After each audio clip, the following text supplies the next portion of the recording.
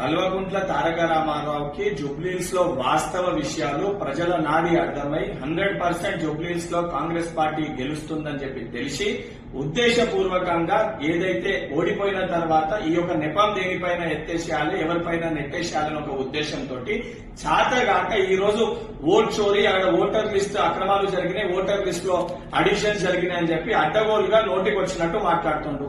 Voter list లో ఎటువంటి అవకతవకలు జరగలేదు, 100% ట్రాన్స్పరెన్సీ తోటి ఉంది, 2023లో ఉన్న లిస్టే ఉందని చెప్పని ఎలక్షన్ కమిషన్ చాలా క్లియర్ కట్ గా చెబుతున్నప్పటికీ కూడా అయినా ఓటర్ లిస్ట్ అవకతవకలు జరిగితే ఎలక్షన్ కమిషన్ కి ఆధారాలు తీసుకెళ్లి కంప్లైంట్ ఇస్తే వాళ్ళు దాన్ని రూపొందిస్తారు. ఓటర్ లిస్ట్ లో ఏదైతే తప్పులు చేయని కానీ ఓటర్ లిస్టు రూపొందించేది కూడా కాంగ్రెస్ పార్టీ కాదు, కాంగ్రెస్ ప్రభుత్వం కాదు, మా చేతిలో ఏముండదని తెలిసి కూడా 10 ఏళ్లు మంత్రిగా పనిచేసిన నువ్వు సోయి లేకుండా ఉద్దేశపూర్వకంగా కాంగ్రెస్ పార్టీ పైన బురద చల్లే ప్రయత్నం చేస్తున్నావు.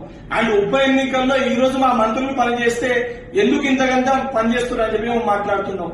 గతంలో బీఆర్ఎస్ పార్టీ అధికారంలో ఉన్నప్పుడు ఉప ఎన్నికల సమయంలో కొత్త కొత్త పథకాలు తీసుకొచ్చి ప్రజల్ని మోసం చేసి అడ్డగోలుగా అధికారాన్ని దుర్వినియోగం చేసుకుంటేనే ఈ రోజు ప్రజలందరూ పంచుకొడితే మీ పార్టీ పోయి గజ్వేల్ ఫార్మ్ హౌస్ లో పండుకుంది.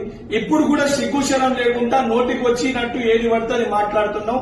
కల్వకుంట్ల తారక రామారావు 100% జూబ్లీహిల్స్ ఎన్నికల్లో కాంగ్రెస్ పార్టీ అభ్యర్థి భారీ విజయంతో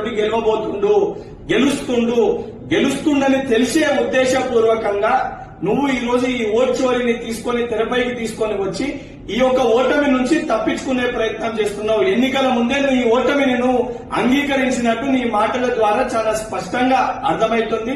కేటీఆర్ ను ఎన్ని దొంగ మాటలు చెప్పినా, ఎన్ని డ్రామాలు ఆడినా ప్రజలు నిన్ను చెప్పులతోటి కొట్టే రోజులు త్వరలోనే రాబోతున్నాయని చెప్పి కేటీఆర్ ని హెచ్చరిస్తున్నా.